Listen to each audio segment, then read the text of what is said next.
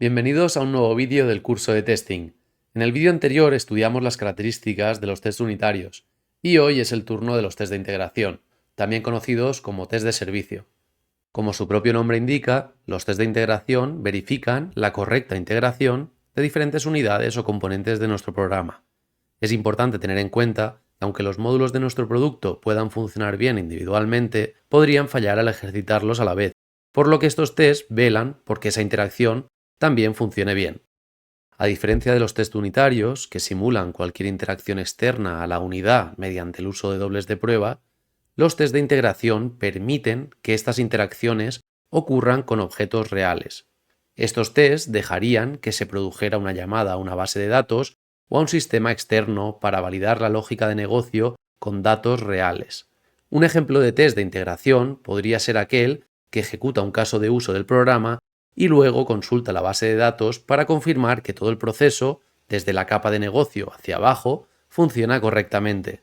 Aquí podríamos darnos cuenta de que la cadena de conexión a la base de datos es errónea o que tenemos una errata en una consulta a nuestro sistema de persistencia. Mucha gente considera interesante el uso de test de integración cuando un test requiere de muchos dobles de prueba y complica excesivamente el test. Por otro lado, los test de integración tienen una granularidad más baja que los test unitarios, por lo que son más frágiles ante cualquier cambio en los componentes que lo conforman. También son más lentos, por lo que escribiremos menos test de integración que unitarios. Una vez que se ha comprobado que dos módulos se integran bien, no es necesario repetir el test para otras variantes de la lógica de negocio. Para eso, crearemos diferentes test unitarios. A pesar de ofrecer una cobertura de código mayor que la de los test unitarios, los test de integración tampoco nos garantizan totalmente que la ejecución de la aplicación final funcione como debe.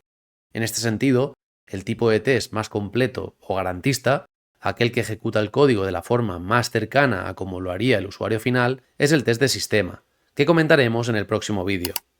Esperamos que os haya gustado esta breve píldora sobre test de integración y hasta el vídeo de mañana. Un fuerte abrazo.